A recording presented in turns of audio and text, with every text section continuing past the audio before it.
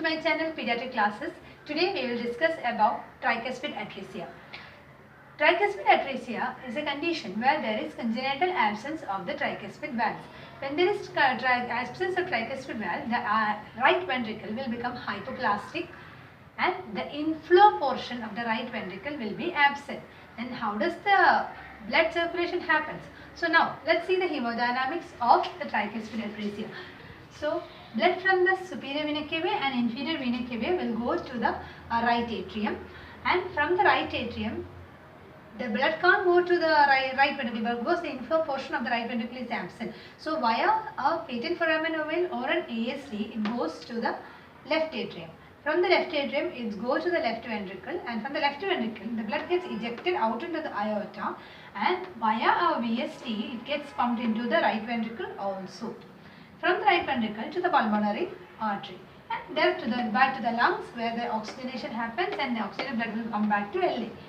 So here we should understand one thing is the mixing of the oxygenated and the deoxygenated blood happens in the left atrium. Another one thing is, for a baby to survive tricuspid atresia, we need some connection between the right atrium and the left atrium, and also another connection between the left ventricle and the right ventricle, probably in the form of a VSD. 70% of the cases of tricuspid atresia is with a normally related great vessels. That means left ventricle to aorta and right ventricle to the pulmonary artery. There are 30% cases of tricuspid atresia associated with a transposition of great arteries, where LV will give rise to the pulmonary artery and RV will give rise to the aorta. So what happens there is more chance of CCF there. Why? Because left ventricle is giving rise to the pulmonary artery. So obviously the flow will be more. So there is more and more pulmonary plethora, more chance of congestive cardiac failure in a case of tricuspid atresia with TGA. Okay. Now coming to the clinical features.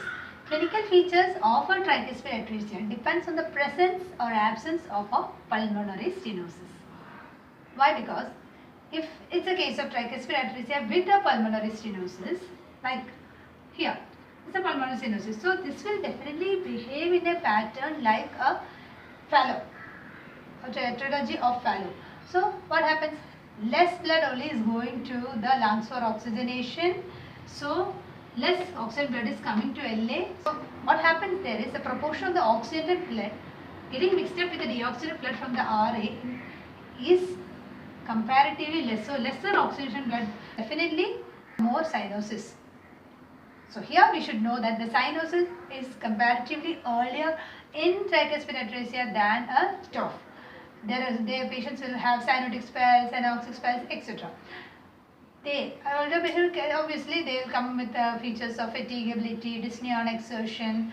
The thing about the patients who are having a tricuspid atresia without pulmonary stenosis, very difficult to diagnose clinically. Why? Because if the patient is not having pulmonary stenosis, what happens?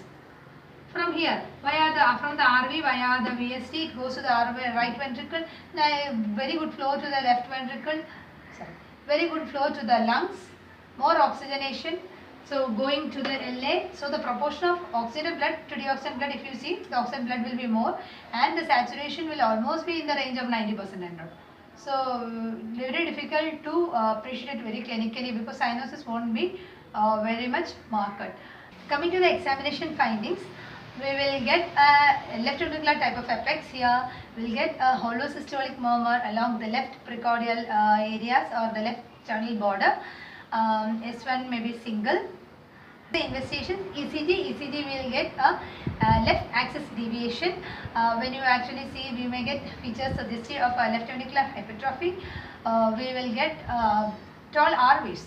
See, R waves in the left precordial leads and RS waves, smaller case. Okay, that type of waves in the right precordial leads. So I will discuss more into the waveforms of ECG in some other class. Here, now what will happen to the X-ray findings in a tricuspid atresia? X-ray will show a slight cardiomegaly with an LV type of apex. We will see pulmonary plethora in a case of tricuspid atresia with a TGA. Otherwise, we will get a pulmonary oligemia only. We will also see prominent SVC on chest X-ray. Now coming to the echo findings, we will be able to see a central ventricle morphology. Then 4D echo even will show a tricuspid, atretic tricuspid valves.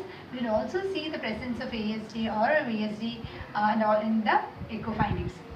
Coming to the treatment, it has both medical and the surgical treatment. What is a medical treatment?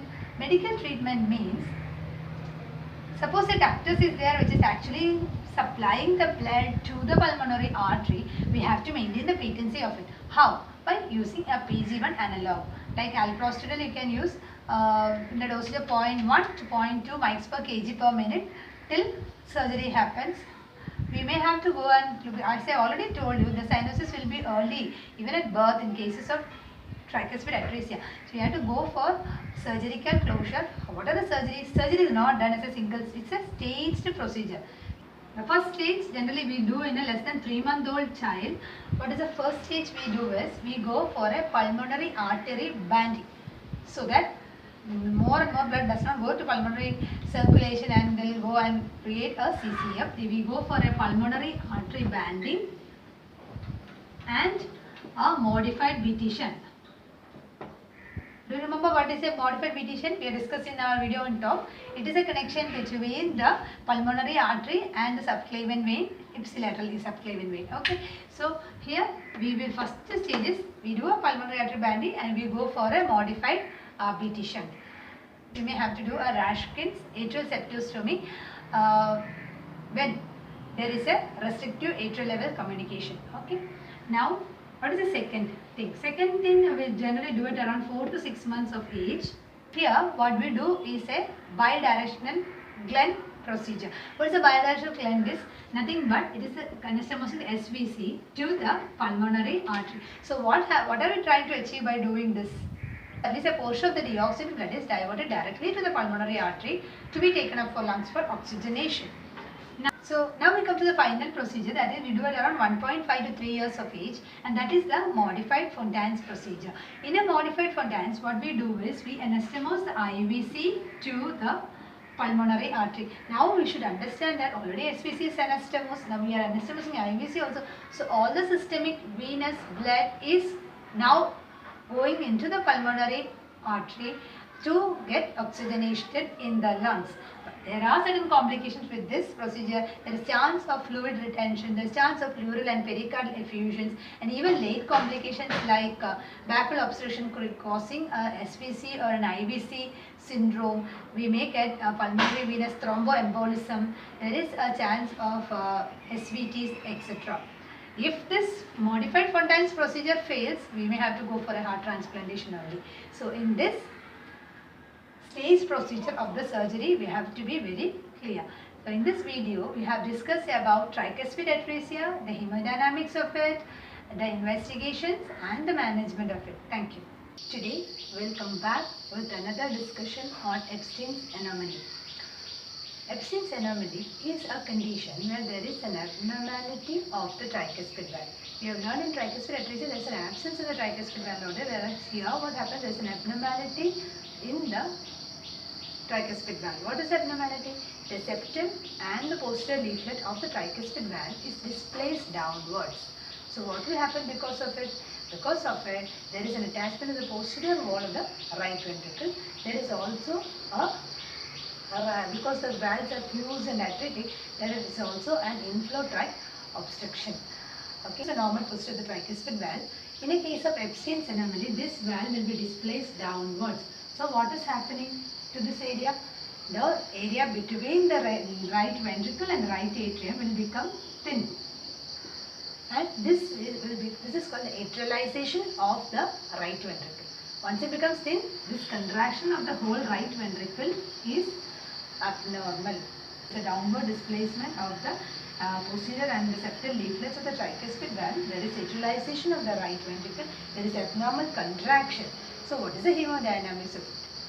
See, because once in systole, once there is an abnormal contraction, the right ventricle is not able to push out the blood properly into the systemic circulation.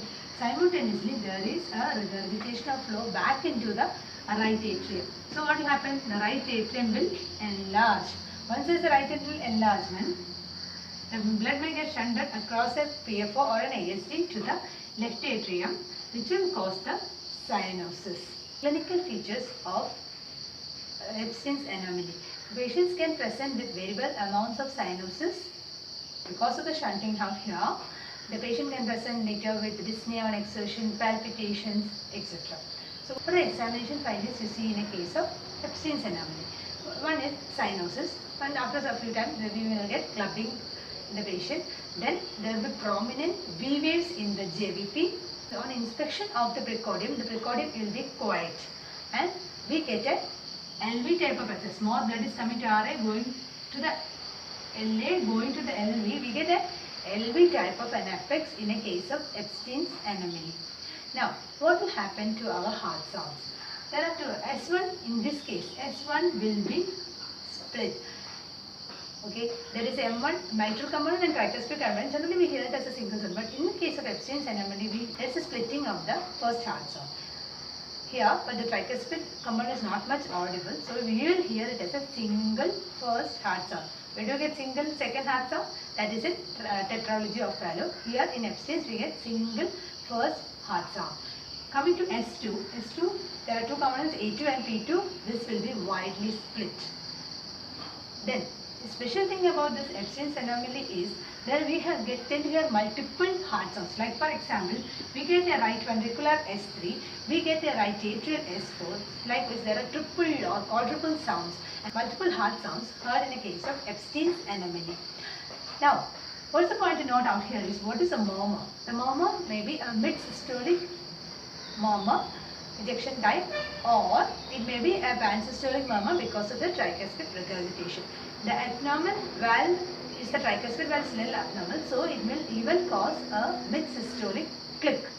Then, because there are lots of flow into the right atrium, there is a delayed diastolic murmur across the tricuspid valve also. Whatever it is, these murmurs will have a very scratchy characters. So, this is about the clinical examination findings in case of Epstein's. Now, coming to the investigations. First we do an ECG. ECG will have prominent P waves.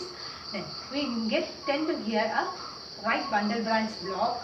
We will get Wolff-Parkinson's White syndrome type. We will be able to see.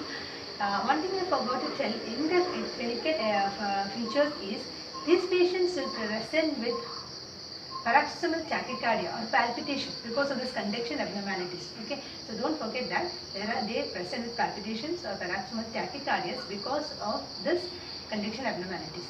Now coming to the X-ray findings, X-ray typical about this Epstein is a box-shaped heart.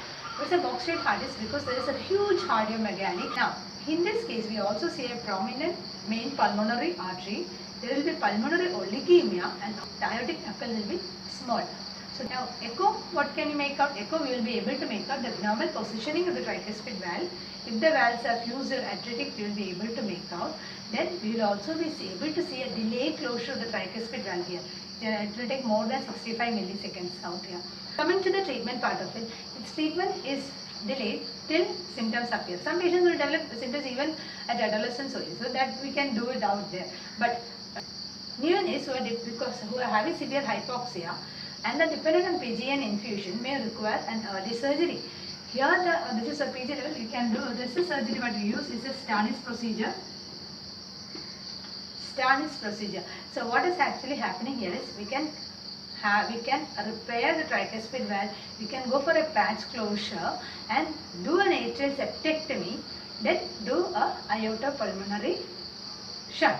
So, once you do that, the right atrium is bit decompressed.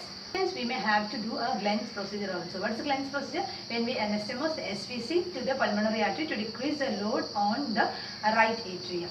Always remember to treat the SVTs if any, and the surgery can be delayed till adolescence or till when symptoms appear. Then next is like they have a severe TR, we have to repair the tricuspid valve. Then finally, we may, in such patients also we may have to do a bidirectional Glenn to reduce the, that is the connection between the SVC and the pulmonary artery to reduce the load on the right atrium.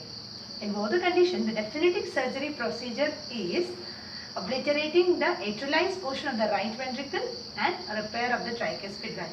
Here there is one here we use a repair called the cone repair of the tricuspid valve, where the whole annulus of the tricuspid valve is taken and sutured into the correct position of the tricuspid valve.